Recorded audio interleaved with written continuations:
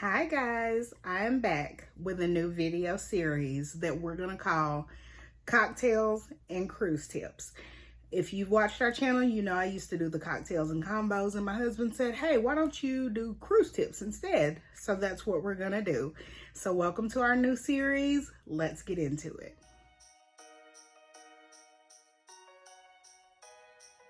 First, we're gonna get into our cocktail for the day, and it is the Bartesian Candyman Margarita. And this is a limited edition drink. It is for Halloween, so I went ahead and ordered it. By the time you see this video, it may not be available. I'm sorry. But let me read you the description. It says, filled with flavor, the Candyman Margarita combines sweet, sour, citrus, berry, and candy notes in this chilling cocktail. It's so good you'll want to say it 5 times. No, ma'am. Serve over ice with a salt rim.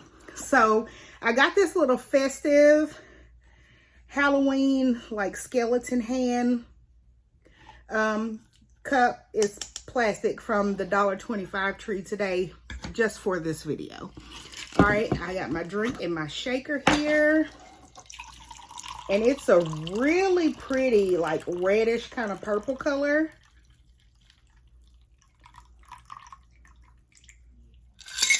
All right, and this is what it looks like. Let's give it a try. Oh, it's got a little twang to it. Tastes a little bit like cranberry juice. All right, let's get into our topic. So today's cruise topics are gonna be what I titled Hot Topics. I'm in a couple of cruise groups on Facebook, and these are kind of some hot button issues that come up almost every week. People are asking these questions. I get asked these questions as a travel agent. So we just wanted to go ahead and address them and make a video about it. That way the knowledge is out there for everyone. So the first question, and this is a very hot topic in the cruise community. Can I bring my weed? The answer is no. It doesn't matter if you have a prescription card, a medical card, whatever you call it. It doesn't matter if it's legal in your home state. You cannot board the cruise ship with marijuana. It doesn't matter if it's gummies, if it's the flower as they call it, if it's the liquid.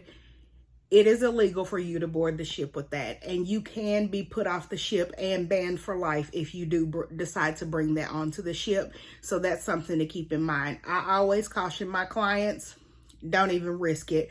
Why pay all that money to go on a trip and then you don't even get to take the trip because they put you off the ship? Carnival is really starting to crack down if that's who you choose to cruise with. They're having drug sniffing dogs at the ports. And then they're also keeping dogs on board for afterwards and having them go up and down the halls and smell people's rooms and stuff like that. Do with this information what you will. But I am telling you that they will put you off the ship. I just watched the TikTok video this morning. This guy got put off the ship, and you know, I believe it was their very first day he got put off the ship. It was Royal Caribbean, and they were like, the lady told him, she said, you know, he told her, I have a medical card, and she told him it doesn't matter if you have a medical card, you still can't have it on board. And he was put off the ship. And then he had to find a way home. So just think about that before you decide to bring your recreationals onto the ship. All right, number 2, hot button topic in the cruise groups. Do I have to pay gratuities? Now, I feel like this is a matter of personal choice. Do you have to pay gratuities? Technically, no. Now, are they going to charge you gratuities? Yes, they are. And some people do go at the end of the cruise, the day before they get off the ship, and they go to guest services and they have the gratuities removed from their accounts. I don't know if those people are paying tips to the people directly themselves. That's not something that we do. We prepay our gratuities. That way there's no bill at the end of our cruise. The only thing we're going to be billed for is something that we may have, you know, souvenir or casino or something like that. But we don't want to receive a large bill at the end of our cruise. So we just prepay our gratuities, but that is totally up to you whether you pay them or not.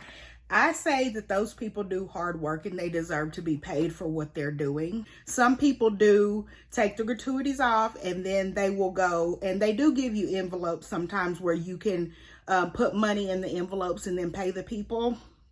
That is totally up to you. We leave our gratuities on, and then we do tip on top of the gratuities. If we're at a bar and we have a really good bartender, we'll tip them some cash.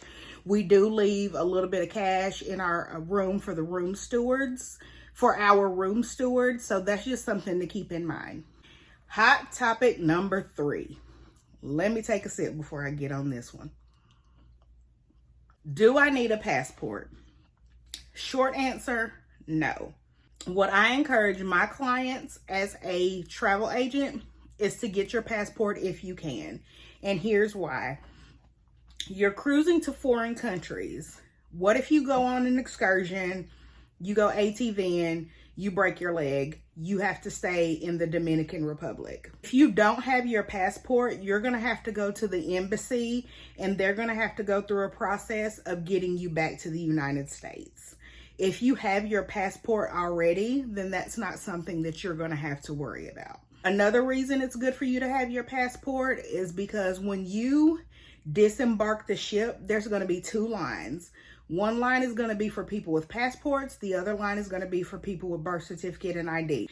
If you have your passport, you're going to breeze through because they do facial recognition. When you first get on the ship on embarkation day, they're going to scan your passport and your pictures in the system. So when you get off the ship, you go up to a machine, it scans your face, you go on about your business.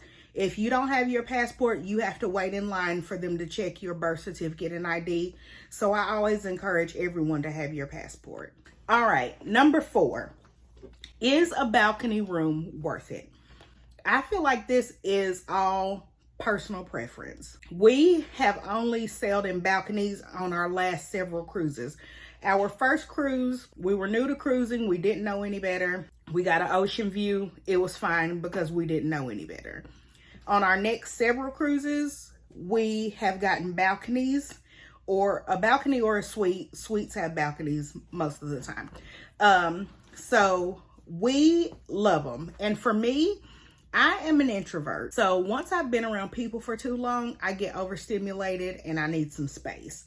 So I like to be able to go out on my balcony and just chill, maybe have a drink, just sit out there and listen to the waves crashing. It's great. It's also great if you want to be on your balcony for sail away instead of being up with, you know, all the hustle and bustle of the sail away party. You can do it from your balcony and still see the ship pulling out from the port and all of that. Also in the morning, I like to have a cup of coffee and read before I get my day started. So I sit out on my balcony with my cup of coffee, I read, and then I go on about my day. So it's totally personal preference. There are a lot of people that I've seen in the cruise groups who say that they love an interior room because that's the best sleep that they've ever gotten. They don't like the light pouring in the morning. That doesn't bother me. So it's totally personal preference. All right, hot topic number 5. Can I bring my own drinks on board? So the answer is yes and no. It depends on what kind of drinks you're talking about. You can bring one 750 milliliter bottle of wine or champagne, sparkling wine, whatever you want to call it, per person over the age of 21 per cabin. You can bring a 12 pack of sodas on board, soda, juice, whatever your preference is. You cannot bring liquor. You can't bring beer. On Carnival, you can't bring bottled water. You have to purchase that online, pre-order it if you want bottled water. Royal Caribbean, I checked their policy last night. It does say that you can bring bottles up to 17 ounces, 12 bottles per person. So you can either bring your canned sodas or your bottles or whatever on Royal Caribbean. Carnival, that is not the case. So just keep that in mind. Now, I know everybody has seen these viral videos online where people are smuggling their liquor or whatever. I advise my clients not to do that. Just buy the drink package or buy your drinks as you go. if you don't drink that much. Some ports, they do check it, and they'll check your bottle and they'll turn it upside down to see if it bubbles the right way or whatever. And if it doesn't, they'll just confiscate it. Now, I know for sure that MSC does not allow you to bring anything on, especially wine. When we went on our MSC cruise, there was a group of mammals in front of us with their Arbor Mist, and all of their Arbor Mist got taken away from them, honey. It was all spread out on the table. So just keep that in mind. If you want to know your specific cruise line, just go onto their website and type in drink policy or beverage policy, and it'll come up for you and it'll let you know. I'm just mentioning Carnival, Royal Caribbean, and MSC because those are the ones that we've cruised on. Virgin Voyages also lets you bring on your wine. So just keep that in mind going forward.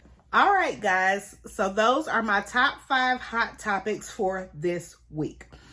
If you have any questions, drop them down in the comment section below. If you have any hot topics that you would like for us to discuss, drop them down. And as always, like, comment, and subscribe.